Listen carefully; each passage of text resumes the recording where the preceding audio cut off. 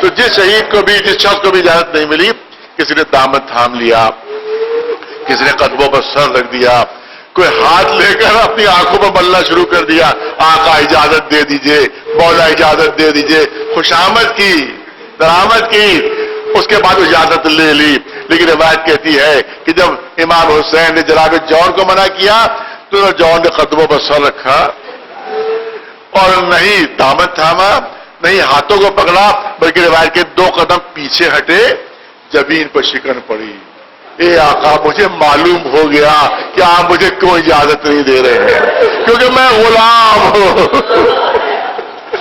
میں غلام ہوں، میرے جسم سے بوئیں بد آتی ہے، آپ نہیں چاہتے کہ آپ کے خون میں میرا خون شامل ہو، تو صحیح کہ آپ کے خون میں اپنا خون شامل کر لو۔ جاتے ہیں جناب جون میدان جنگ میں داد شجاعت دیتے ہیں، گھوڑے سے زمین پر گرے، ارے وہی حسین جو علی اکبر کے سرانے پہنچے، وہی حسین جو عباس کے سرانے پہنچے، وہی حسین جو قاسم کے سرانے پہنچے، دوڑتے ہوئے چور کے سرانے پہنچ گئے۔ جو سرانے پہنچے تو دیکھنے والوں نے منظر دیکھا کہ آقا زمین پر بیٹھ گئے، بیٹھ کر جوڑ کا سر اپنے زانو پر رکھا اور وہ عمل اختیار کیا جو کسی شہید کے لیے نہیں اختیار کیا، وہ عمل اختیار کیا جو کسی شہید کے لیے اختیار نہیں کیا۔ دیکھنے والوں نے منظر دیکھا کہ جب زانو پر سر رکھا تو حسین نے اپنا چہرہ جھکانا شروع کیا، اپنا چہرہ اتنا جھکایا کہ جون کے رخسار سے حسین کے رخسار مل گئے اور امام حسین فرمانے لگے پالنے والے اس کو اپنے سیاہ رنگ کا بڑا احساس تھا، اس کے سیاہ رنگ کو نور میں تبدیل کر دے، بوئے بد کا بڑا احساس تھا، بوئے بد کو خوشبو میں تبدیل کر دے۔ ادادار و آخری جملے امام زین العابدین بطور اعجاز شہداء کو دفن کرنے کے لیے آئے ہیں تو ابن جو ساتھ تھے پورے قبیلے والے وہ آ کر مدد کے لیے آ گئے تھے، اور جس وقت تمام شہید دفن ہونے لگے تو بنی اسد نے ایک بات کہی ہے آقا، یوں تو ہر لاشا نور آ رہی ہے، یوں تو ہر لاش سے خوشبو نکل رہی ہے، لیکن میدان میں ایک لاش ایسی ہے کہ جس سے سب سے زیادہ نور نکل رہا ہے، سب سے زیادہ خوشبو نکل رہی ہے۔ ارے کس کا لاشا ہے؟ امام زین العابدین نے فرمایا ارے یہ غلام جون کا لاشا ہے، یہ میرے بابا کی دعا کا اثر ہے کہ سب سے زیادہ نور، سب سے زیادہ خوشبو انہی کے لاشے سے نکل۔ فَيَعْلَمُ الَّذِينَ ظَلَمُوا أَيَّ مُنقَلَبٍ يَنقَلِبُونَ أَلَا لَعْنَةُ اللَّهِ عَلَى الْقَوْمِ الظَّالِمِينَ۔